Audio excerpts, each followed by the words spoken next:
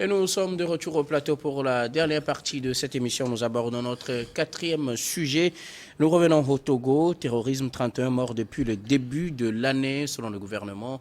Information issue du Conseil des ministres et présentée par la ministre de la Communication.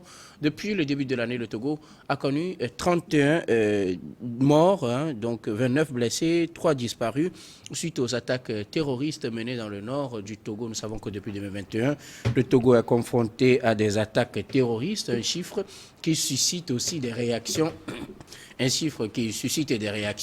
de la part de la classe politique. Nous en parlons avec nos invités. Je voudrais bien commencer par vous, Samir Ougosama. Le Togo finit par donner des chiffres sur la situation sécuritaire, 31 morts au cours de cette année 2023.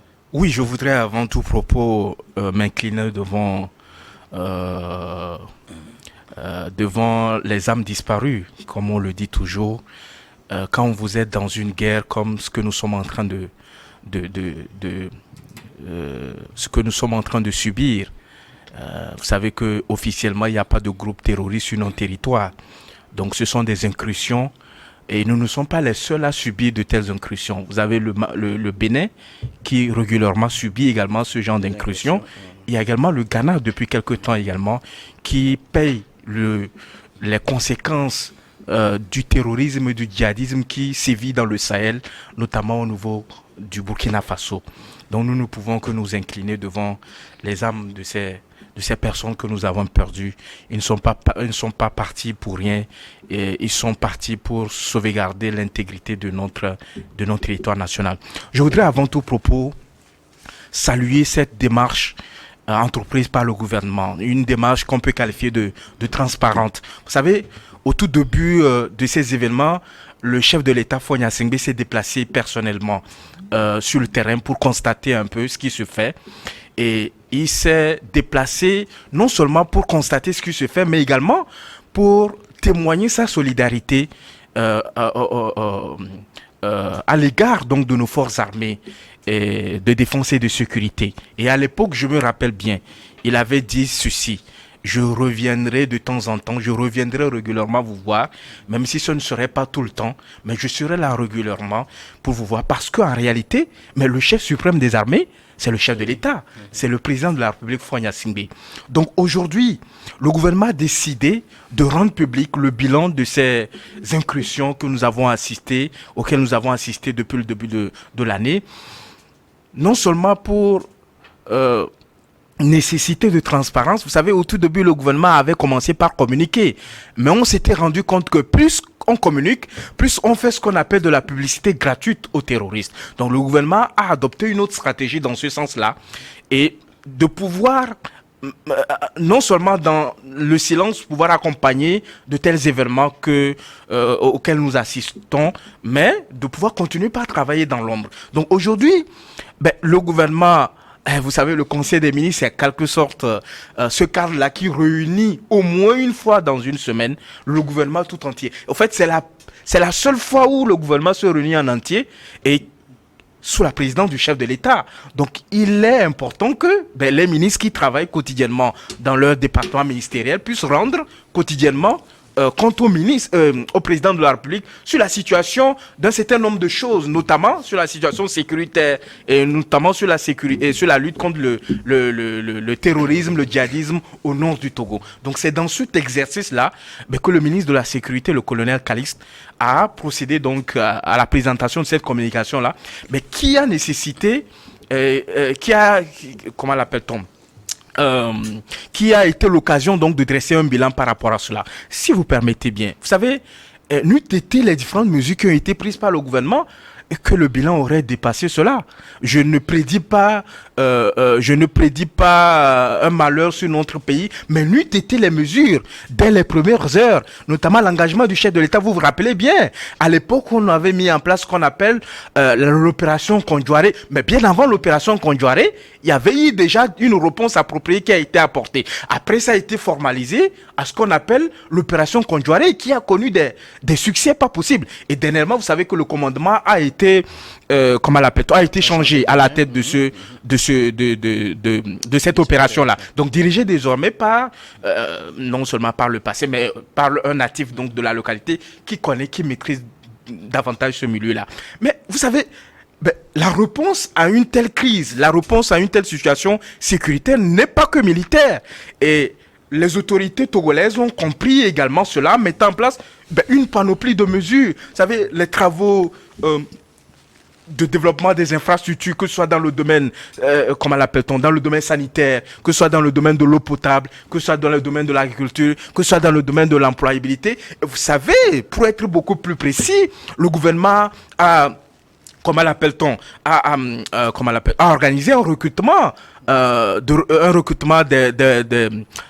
d'accès à la fonction publique consacré véritablement à cette région sur la base d'un certain nombre de besoins qui ont été identifiés. Au-delà, vous savez, il y a eu ce qu'on appelle le PURS qui a été mis en place, le programme d'urgence de résilience donc pour la région, mais qui a été étendu dernièrement aux autres régions où les questions d'extrémisme violent, de terrorisme auraient été identifiées, tout ça là. Donc, aujourd'hui, ce qu'on peut retenir, c'est que les autorités réagissent comme il le faut par rapport à cette menace qui plane sur cette partie de notre territoire et n'eût été l'éclairage et le leadership du chef de l'État que les terroristes auraient déjà pris peut-être possession d'un certain nombre de localités au niveau de cette région. Donc, qu'est-ce que les autorités ont fait? Ils ont décalé un peu la population. Donc, certains villages ont été déplacés et les militaires ont pris possession d'une certaine bande de non-territoire nous séparant donc du Burkina Faso. Donc, aujourd'hui, il y a une opération qui est menée dans ce sens-là, appuyée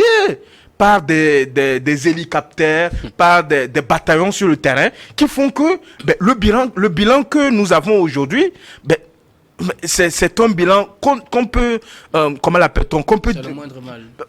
On peut le dire, c'est le moindre mal. C'est un bilan dont on n'est pas fier, mais ça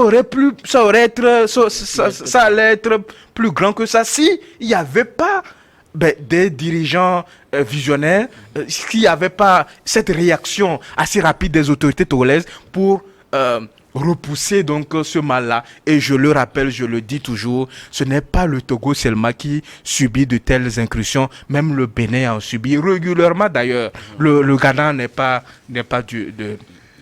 du reste. Donc il faut saluer déjà cette transparence qui jalonne ce processus-là et inviter donc les plus hautes autorités à continuer dans cette lancée-là pour que notre pays soit exempt de ces incursions-là et que les militaires soient de plus en plus en sécurité. Il y a beaucoup de choses qui ont été faites dans le domaine militaire. On pourra revenir pour pouvoir évoquer ces éléments-là. De ce chiffre-là annoncé, le Togo a subi des attaques au cours de cette année qui ont un bilan de 31 morts, 3 disparus, 29 blessés. En tout cas, c'est le bilan donné par le gouvernement, Louis. Oui, le bilan peut continuer avec les chiffres. Il y a eu une attaque par embuscade, il y a 11 accrochages avec les groupes armés terroristes, 9 explosions d'engins explosifs improvisés, 20 découvertes et neutralisations d'engins explosifs improvisés. On a enregistré 29 blessés et 3 disparus. Et ça, je pense que vous l'avez dit. Ça, c'est le bilan de 2023. Ça. On rappelle ici que la première attaque terroriste, il faut qu'on le précise, parce que le gouvernement n'a pas d'attaque terroriste. Nous, on a l'habitude de parler d'incursion, en fait. Mais le gouvernement n'a pas d'attaque terroriste. Il faudrait qu'on le prenne au mot. Donc, la première attaque terroriste a eu lieu en novembre 2021. Donc, ça fait 2 ans, jour pour jour. Et donc, le gouvernement a décidé de communiquer là-dessus. Mais sauf que moi, je m'interroge, en fait, sur l'utilité de cette communication-là actuellement. Parce qu'à un moment donné... on a essayé de faire un certain ométa, c'est-à-dire que la communication ne passait plus totalement autour de cette situation-là. Des médias ont été même convoqués par la HAC qui, à un moment donné, ont essayé de donner des informations sur des terroristes. Et donc, et ici, on se plaignait en fait du manque de communication du gouvernement et on ne savait pas comment est-ce que la situation se gérait au nord. C'est-à-dire que on nous faisait croire qu'on est dans un secret d'État et qu'il ne faut pas communiquer. Mais ce n'est pas ça. C'est pour ça, quand Samy disait tout à l'heure que c'était une bonne stratégie, je me suis dit, mais ça m'a un peu choqué. Je suis un peu éberlué parce que je m'exprime totalement en faux. Les pays où le terrorisme sévit véritablement, c'est au Mali, c'est au Burkina Faso. On en parlait tout le temps. Et ils sont tout le temps, chaque jour que Dieu fait, les dirigeants font sortir des communiqués pour situer l'opinion. Ce n'est pas parce que quand vous allez communiquer que les terroristes ne vont vous attaquer. Non, il faut toujours communiquer. Il faut savoir situer les populations, quelles sont les zones à risque, quelles sont les zones qui sont possibles Non, d'être ça c'est déjà fait. Je pense qu'il faudrait parler. Ça c'est fait. Les zones à risque sont déterminées. On a refusé de déterminées. communiquer sur la situation. Et pour nous, en fait, pour le Togolais lambda, le terrorisme n'existait plus au Togo. Mais malheureusement, parce que nous, on a eu la chance d'aller un peu au nord et de voir comment est-ce que les choses se passent, je vous dis que ce n'est pas une partie de presse qui se passe là-bas. C'est-à-dire que il faut vraiment remercier le bon Dieu si nous sommes à Lomé et que jusque-là, nous ne sommes pas inquiétés. On parle de 31 morts. Je pense que Samy disait tout à l'heure que ce n'est pas un bilan dont on peut s'en réjouir, mais au même moment, on le prend et on remercie le Dieu parce que ça aurait peut-être plus pire. C'est-à-dire, effectivement, quand vous allez sur le terrain, vous allez découvrir que ceux qui sont là-bas se sacrifient énormément pour nous. C'est-à-dire que les militaires qui sont sur le terrain, eux ils ne dorment pratiquement pas. Avec l'opération Kandouaré et tout. Donc je pense que c'est du travail qui est fait. Et donc, on nous parle de 31 morts. Et je me demande tout à l'heure, je ne sais pas l'utilité de cette communication actuelle parce que je l'ai donné, c'est pour rendre compte au chef de l'État. Pas plus que 6 mois en arrière, c'est-à-dire que le chef de l'État disait, quand la question lui a été posée, sur le bilan en fait enregistré, sur le bilan relatif en fait aux attaques terroristes, il a clairement notifié en fait aux journalistes qu'il ne trouve pas l'utilité d'en parler parce que il n'est pas bon ton de célébrer la mort d'un ennemi. Et donc c'est pour ça que je me dis peut-être qu'à un moment donné, les choses ont changé, on a vu qu'il faut communiquer. Peut-être on va nous habituer désormais à cette façon-là de gérer la crise. Parce qu'ailleurs, ce qui se fait, c'est-à-dire qu'à chaque fois qu'il y a attaque, ou bien à chaque fois qu'il y a incursion, il y a toujours un communiqué qui sort, qui situe les opinions pour vous dire on a enregistré telle attaque, l'attaque a été revendiquée par tel ou pas tel, et qu'à l'arrivée, on a perdu tel nombre de civils, tel nombre de corps habillés. Mais comme je le disais, au Togo, ce n'était pas le cas. Maintenant, peut-être qu'on est en train d'aller dans une autre façon, dans une autre phase. On veut gérer maintenant la crise autrement. Mais comme je le dis, il y a vraiment... La situation vraiment au nord, elle est à prendre au sérieux. Ce n'est pas en fait, ce n'est pas une partie de plaisir comme je le disais. Donc, le bilan sévère, donc surtout est-il que on peut toujours le vérifier à notre manière. Mais comme je le dis, il y a vraiment des attaques terroristes au nord et faisons énormément attention. Et qu'il faut que la communication s'en suive. Je ne souhaite pas que après ce bilan-là, que du jour au lendemain, je touche du jour, si on enregistre de nouvelles attaques terroristes, qu'on fasse un omerta autour du sujet. Voilà. Merci beaucoup à vous, Louis. Dieu donné Sewanou. 31 morts causés par des attaques terroristes dans le nord du Togo tout au long de cette année 2023. Le gouvernement nous fait le bilan, 31 morts, 3 disparus, 29 blessés, entre autres. C'est le bilan qui est fait sur ces attaques terroristes au Togo. Oui, docteur. Tout d'abord, je m'incline devant la mémoire de nos vaillants soldats, d'ailleurs, qui s'offrent un sacrifice en veillant sur l'intégralité de notre territoire et la vie des concitoyens et qui malheureusement tombent des fois au front. Je m'incline véritablement devant leur mémoire et puis de toutes mes condoléances encore aux différentes familles éplorées. Oui, c'est vrai. Je rebondirai peut-être là où Louis a chuté. Peut-être on serait habitué cette fois-ci à des communications autour de ce sujet qui a été longtemps mis sous embargo. Parce que vous vous en souvenez, depuis le début en 2021, et les communications, c'est vrai qu'au niveau de la presse, on faisait quand même une exposition un peu alarmante de la situation. Oui, ça semait aussi de la panique et au même moment, cela a été interprété au niveau de l'officiel comme étant une sorte de propagande faite à l'ennemi, alors que ce n'est pas le but visé. Et à un moment donné, ça a été plutôt un silence radio. Même un journaliste prend le stylo et dire, voilà, il y a eu cette attaque au nord et machin, tel nombre de personnes sont tombées et tout. C'est comme écrire un sujet hautement politique et donc il faut en avoir peur. Donc, à un moment donné, on ne comprenait pratiquement rien et on ne disait pratiquement rien. Mais l'essentiel pour nous, c'est que les forces de l'ordre de sécurité au front puissent véritablement faire leur travail. Et je crois qu'elles l'ont toujours fait jusqu'ici, d'où ce bilan négligeable. Je le dis, hein, même si c'est une seule personne, c'est de trop. Mais face à l'ampleur de ce qui se passe dans le Nord, si nous sommes à Lomé, on pense qu'on est plus en sécurité ou alors si on ne voit rien devant nous, on se sent en sécurité. Mais je rappelle aux Loméens, qu'est-ce qui se passe au Nord? En fait, je ne suis pas alarmiste, je ne suis pas là non plus pour alarmer quelqu'un, mais ce n'est pas aussi très enviable. Et par ici, je voudrais dire, contrairement à la félicitation de mon cher Samir, je voudrais dire que c'est des événements qui viennent nous rappeler plus de responsabilités en matière de gouvernance et en matière de gestion. À certains endroits du pays, on a comme l'impression que c'est des endroits délaissés et des endroits des fois même abusivement appelés des 5e ou alors des 7e continents sur le même territoire parce que la pauvreté ayant plutôt érigé son fief. Et ce sont les terrains assez fertiles aux radicalisations, des terrains assez fertiles à des bandits armés, afin de pouvoir enrôler des armes plutôt faibles pour commettre des bêtises, des tueries.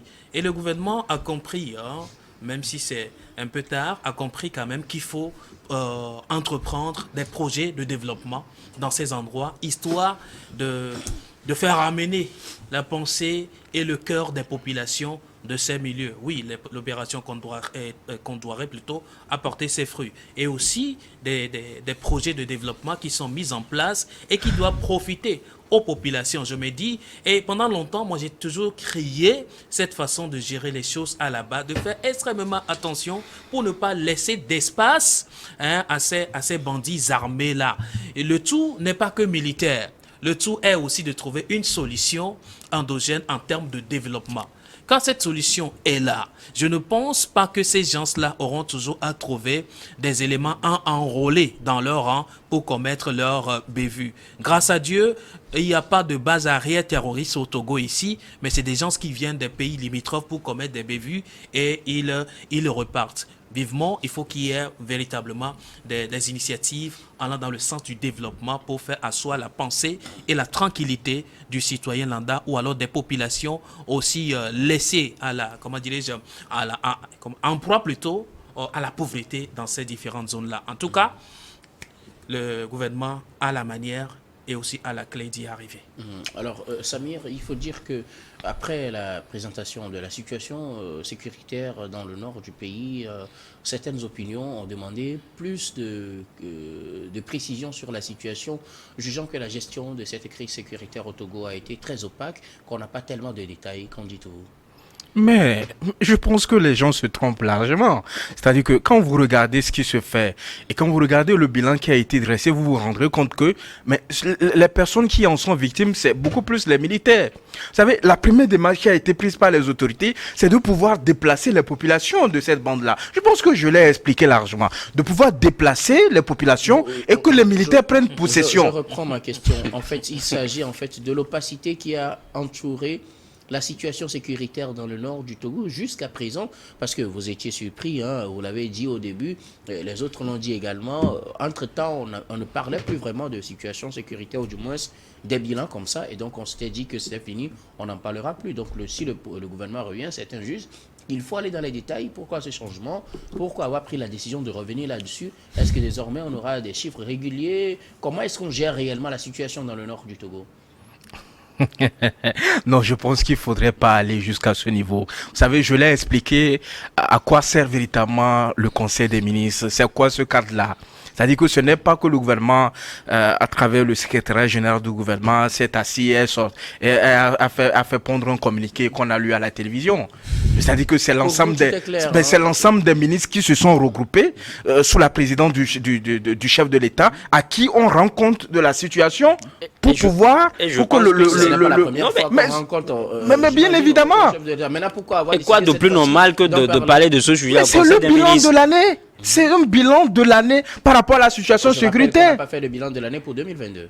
Mais il y avait eu des communications par rapport à cela. Donc aujourd'hui, cette fois-ci, le gouvernement a décidé, par l'entremise d'une communication en Conseil des ministres, de faire le bilan et de voir sur quel levier agir. Je voudrais répondre à ce que Dieudonné a dit, si vous le permettez rapidement. Mais lorsqu'il dit que la réponse n'est pas que militaire, je pense que ce n'est pas à lui de donner une leçon au gouvernement, puisque le gouvernement en a déjà pris conscience. Vous savez, la réponse, elle est multisectorielle. On a dit, il n'est pas que militaire, il n'y a pas qu'une seule réponse à donner à cette situation. Attendez voilà ce que je dis. Vous parlez tantôt de la cohésion sociale. Il y a plusieurs partenaires qui luttent contre le terrorisme. Comprenez cela? Est-ce que vous permettez que j'aille au bout de mon raisonnement? Non, mais il ne faut pas biaiser ma pensée quand même. Hein? Mais je l'ai bien dit au tout début de mon raisonnement, que le gouvernement a pris des mesures, une panoplie de mesures d'ailleurs, qui n'est pas que militaire. Il y a également le secteur social. Mais le problème, c'est que j'ai comme l'impression qu'il est en train de minimiser. Vous savez, les besoins sont énormes dans nos pays. Ce n'est pas une réalité africaine. Si tu permets que je finisse. Les besoins sont énormes dans nos pays. Nous avons une faible capacité de mobilisation des ressources. C'est normal qu'il y ait encore des besoins à l'intérieur du pays. Et vous savez, quand cela a commencé véritablement, le gouvernement a mis en place un programme qui est le PULS, a mobilisé les partenaires techniques et financiers sur ce programme-là. Aujourd'hui, nous avons l'amélioration au niveau du secteur de l'électricité. Nous avons l'amélioration au niveau de l'accès à l'eau potable. Nous avons l'amélioration au niveau des infrastructures. Maintenant, qu'est-ce que vous voulez véritablement? C'est un combat de longue haleine. C'est un combat de longue haleine. Et nous arriverons au bout de ces groupes terroristes-là au niveau de... Je pense que le gouvernement même a lancé une campagne dans ce sens-là. C'est une crise qui se déroule à notre nez et à notre barbe. Il faut qu'on soit sérieux et cohérent dans nos choses. En fait, ce que dit Dieudonné, quand il dit d'associer la population à la lutte, à cette lutte-là, je ne pense pas que ça c'est pas de trop. Mais ça se fait déjà, il y a la CIPLEF. D'ailleurs, le gouvernement a lancé cette campagne. Mais qu'est-ce qui vous dérange à cela? Nous ne devons pas permettre à ce que les gens disent des choses qui ne sont pas vraies. Il y a la CIPLEF qui a été mise en place avec la participation des différentes composantes c'est moi qui contrôle le débat, s'il vous plaît. De la communauté. Non, mais je termine quand même. Je termine tout le débat. Ou alors je termine ce sujet. Si on me disait que Samir était le porte-parole du gouvernement, je comprendrais. Mais il est là juste pour une analyse, tout comme moi. Mais il prend des positions, malheureusement, qui n'est pas la sienne. Malheureusement, je ne peux plus aborder le deuxième. Non, mais écoutez, ce qu'on est en train de dire sur ce sujet précisément. Je pense que le gouvernement même a demandé aux populations d'être quoi? Collaborative, ou alors de coopérer plutôt, pour qu'on puisse mettre à l'état de nuire ces bandits armés-là. Et c'est ce qui a permis, d'une part, d'obtenir ce résultat de 31 personnes tombées aujourd'hui. Si la population n'était pas associée à cette lutte, comment est-ce qu'on pourrait arriver à là? Ce que nous demandons, c'est plus de coopération. En faisant quoi? Ok, merci beaucoup. En faisant on quoi? va plus aller dans les détails. Merci beaucoup. Je crois que les acteurs l'ont compris. Lui, vous allez m'excuser. Non, mais il faut juste qu'on essaie de faire les choses dans les normes de l'art. Parce que, je l'ai dit, au lendemain de cette première attaque-là, le gouvernement a eu la subtilité de convoquer toute la classe politique de l'opposition. C'est-à-dire, ils ont discuté ensemble, les uns les autres, ont fait toute une panoplie un chapelet de recommandations qui n'ont jamais été mises en œuvre. Je pense que si ces recommandations étaient mises en œuvre, les 31, on pourrait les éviter. On pourrait quand même les réduire de 1. Est-ce que vous voyez? Donc, il faut quand même qu'on essaie, en plus de communiquer davantage. Même ce qui est dit, le bilan aujourd'hui ne donne pas de détails. On nous dit juste qu'on a perdu 31 personnes. Et ça a arrêté là. Ils sont morts dans quelles conditions? On ne sait pas. Quel appui, quel soutien le pouvoir ou bien l'État apporte en fait aux familles des victimes, on ne nous le dit pas. Donc jusque-là, disons que tout a été toujours laconique et prochainement, il faut qu'on essaie de faire les choses autrement. Merci beaucoup à vous, Louis Kamako. Je vais rester avec vous pour le mot de fin. Nous sommes à la fin de cette émission. Oui, mon mot de fin, c'est un coup de gueule, hein, parce que oui, justement, ça traite à un manque de respect que la Togolaise des eaux, la TDE, affiche vis-à-vis des clients depuis belle lurette, en fait. Allons doucement. Non, mais j'y vais doucement. Je ne suis pas. Non, j'ai pas de problème avec la TDE, mais aujourd'hui, Aujourd'hui, tout le monde constate que la TDE est incapable de nous fournir de l'eau, alors qu'on paie ses services en fait. Ce que je dis, je pense que c'est la situation que beaucoup de Togolais vivent en fait. Et la dernière fois, je parlais... Pardon? Pénurie d'eau. Pénurie d'eau, quoi. C'est-à-dire qu'il n'y a jamais eu d'eau. Tu rentres dans... tu ouvres le robinet, tu ne trouves pas d'eau. La TDE est obligée de nous donner de l'eau par rotation. C'est-à-dire qu'aujourd'hui, c'est les gens d'Avedi qui doivent avoir de l'eau. Le lendemain, ce sont les gens de Didjolé. Et ça énerve en fait. Et malheureusement, personne n'en parle. Et à côté, on a eu à assister ces derniers temps à ce qu'on appelle vol de compteurs de la TDE. Et ça, juste parce que la TDE, à un moment donné, a décidé de placer les compteurs d'eau à l'extérieur des maisons pour permettre à ces gens releveurs de ne pas avoir de difficultés quand ils vont venir faire le relevé. Mais quand les compteurs sont volés, moi je le dis parce que je l'ai vécu, les compteurs sont volés. On nous a en fait demandé de payer un devis qu'on a payé. Mais malheureusement, il nous a fallu 2 mois de plus pour qu'on vienne nous placer le compteur. La dernière fois, j'étais à la TDE, on me disait que, ça dit qu'ils ont eu une demande de 40 personnes, mais la TDE ne dispose que de 5 compteurs. Mais malheureusement, tout ce monde-là, je pense que la moitié a pu payer en fait son devis. On a le compteur qui est finalement arrêté, mais jusque-là, l'eau ne vient pas. Et ce qui est marrant, c'est-à-dire qu'on vous avoir une facture qui vous dépasse. Vous êtes obligé peut-être de payer de l'eau par mois, 5 000 francs, ce qui est anormal. On reviendra peut-être la prochaine fois sur... Il faut organiser un débat là-dessus. Merci beaucoup.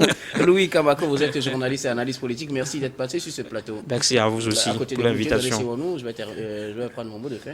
Très bien. Alors, rapidement, s'il vous plaît. Non, sur l'eau, toujours. Je crois que l'eau, c'est la vie. Il y a de quoi que le débat s'éternise autour de l'eau. Mais je pense qu'aujourd'hui, avec l'arrivée d'un général à la tête de ce secteur d'eau, les problèmes vont être beaucoup plus résolus.